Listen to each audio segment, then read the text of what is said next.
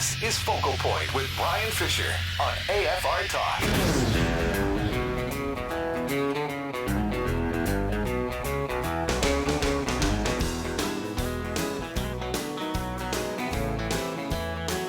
Hi, and welcome back to this Thursday edition of Focal Point on AFR Talk. Brian Fisher is my name. And remember, what you are getting here from Focal Point is Kevlar for the mind. This is where you get the truth that you need to protect yourselves from the lies of the evil one, because that's what Satan will do. Remember, Jesus said about Satan that he is a liar and he is the father of lies. In other words, every single lie that you hear can be traced back to Satan. He is the source. He is the author of every lie that is told. So if you have a politician who lies to you, that lie ultimately comes from the power of Satan. I'm not saying that that politician is indwelt by Satan. I'm not saying that he is demon-possessed. I'm not saying that at all. I'm saying that somewhere along the line, Satan started a lie, and somehow that lie got to that guy's brain, and he accepted it, and he received it, and he believed it, and now he is declaring it to the American people as the truth. Well, that ultimately finds its source in Satan. And God, on the other hand, is the source of all truth. So if someone tells the truth, whether they know God or not, but they speak the truth, and ultimately the source of that utterance comes from God himself. So the real conflict in human history, very simply, is a battle between truth and error. All of human history is summed up in that conflict between the deceiver and the truth teller. The deceiver being Satan, the truth teller being Christ. And who will the people of the world listen to? Who will they follow? Will they be fooled and deceived by Satan, or will they listen to and believe the truth that comes from the lips of Christ? And that's what you do when you come to this program. You are truth seekers. I am here to do my dead level best every day, day in and day out, to offer you the truth. That's my calling, is to defend, declare, proclaim the truth, and to armor you up, give you Kevlar for the mind so you can recognize the lies when they come and have a response if you are in conversations with people about these issues. Now, a couple of things. I want to begin by giving you an update on where we're at in our Christmas Critter campaigns. You are aware every year we partner with Gospel for Asia to get the gospel to the neediest people in the world, and not just to get the gospel, not just to get them the living water of eternity, but to get them water that's clean and healthy and whole for today, for them and for their families, for cooking, for drinking, for hygiene, and all that kind of thing. I want to give you a quick update on where we are at. We're about 25% of the way through our goal. We're going to go through next week. So we're going to power down. We got about another week to go. Well, actually a little bit less than a week. And we're only about 25% of the way there. So we're encouraging you to think very seriously about getting on board. The number to call is 877-607-GOAT.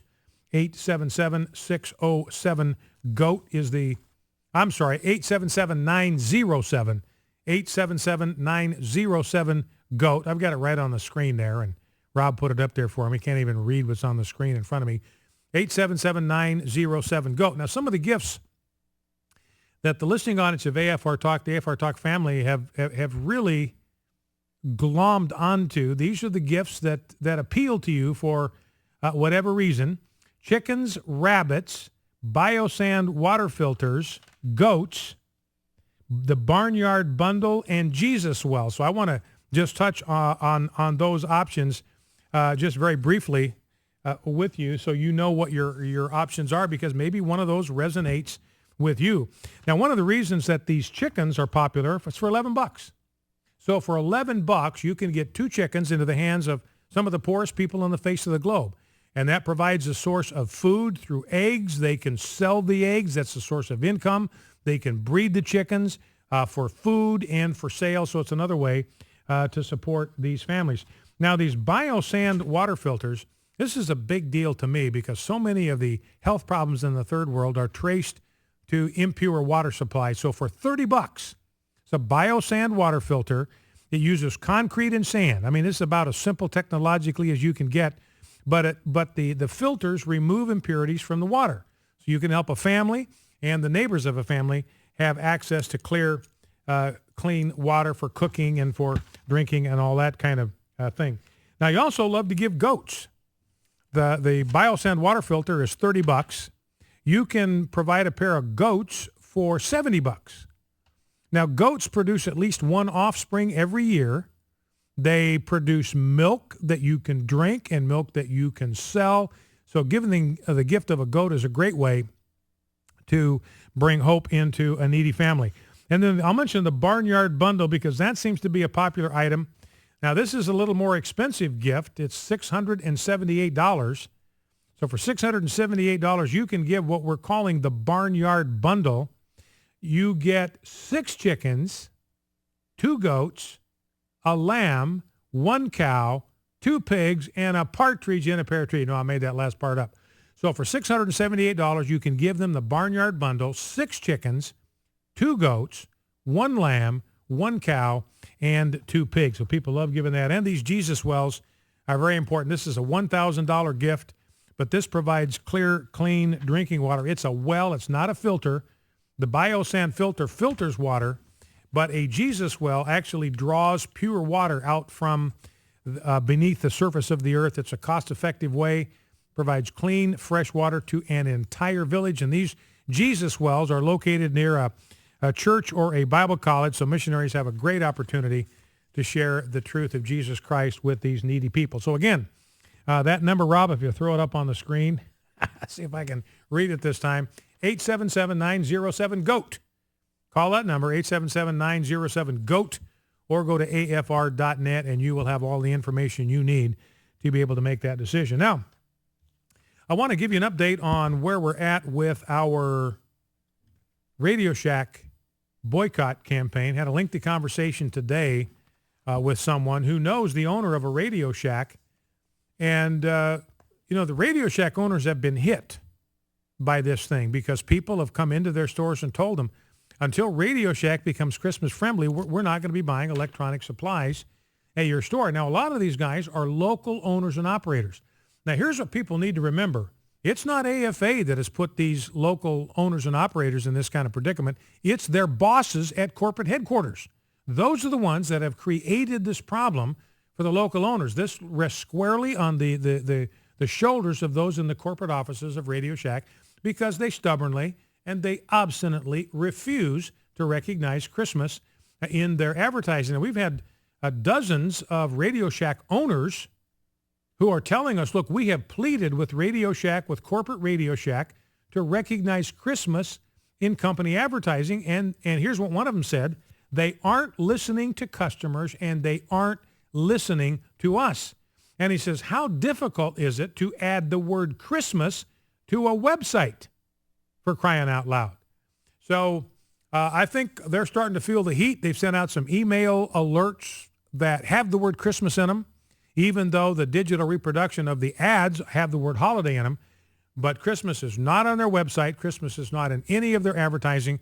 And so this boycott is in place until the day after Christmas. See if we can get Radio Shack, get their minds right. Now, speaking of religious liberty, this just shows you when you get government bureaucrats in charge of anything.